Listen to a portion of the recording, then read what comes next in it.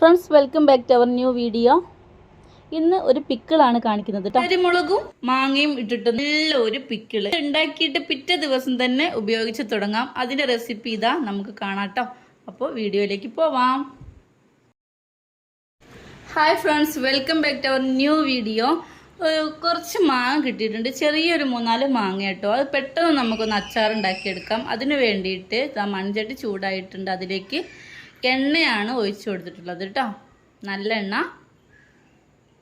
Friends, അങ്ങനെ ചൂടായ എണ്ണയിലേക്ക് കടുക് ഇട്ട് കൊടുക്കാം,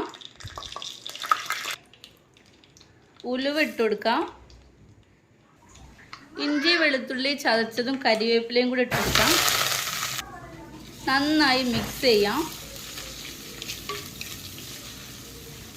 ഇനി ഇതൊന്ന് ഈ എണ്ണയിൽ കിടന്ന് വാടി അതിൻ്റെ പച്ച മണം ഒക്കെ ഒന്ന് മാറി വരട്ടെ കേട്ടോ. അങ്ങനെ ഇത് വാടി വന്നിട്ടുണ്ട് കേട്ടോ. നമ്മുടെ മാങ്ങ അരിഞ്ഞിട്ട് അതിലേക്ക് കാശ്മീരി മുളക് പൊടി, കായപ്പൊടി, മഞ്ഞൾപ്പൊടി, ഉപ്പ് കൂടെ ഇട്ട് മിക്സ് ചെയ്ത് വെച്ചതാണ്. അത് ഈ വാടിയ ഈ ഇഞ്ചി വെളുത്തുള്ളിയിലേക്ക് ഇട്ട് കൊടുക്കാം, മിക്സ് ചെയ്യാം.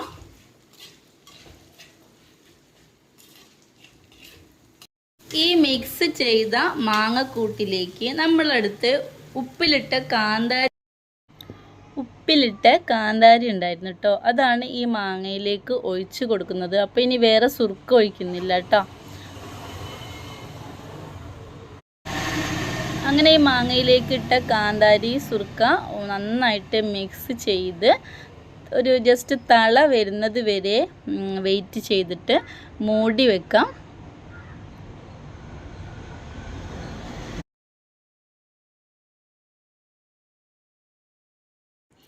ടേസ്റ്റിൻ്റെ ഉപ്പൊക്കെ പാകത്തിനുണ്ട്. ഇപ്പോൾ നിങ്ങൾ കാണുന്നില്ല, ചെറുതായി തള വരുന്നത് മതി. നമുക്ക് ഇത് ഇങ്ങനെ തന്നെ ഇളക്കാതെ മൂടി വെക്കാണ് കേട്ടോ. ഗ്യാസ് ഓഫ് ചെയ്യാം. അപ്പോൾ ഫ്രണ്ട്സ്, അടിപൊളിയായിട്ട് പെട്ടെന്ന് ഉണ്ടാക്കിയിട്ട് പിറ്റേ ദിവസം തന്നെ കൂട്ടാൻ പറ്റുന്ന രീതിയിലുള്ള മാംഗോ പിക്കിള്. മാംഗോ ഉണ്ട്, പിന്നെ നമ്മുടെ കാന്താരി ഉണ്ട്, രണ്ടും കൂടെ മിക്സഡ് പിക്കിൾ ഇവിടെ റെഡി ആയിട്ടുണ്ട്.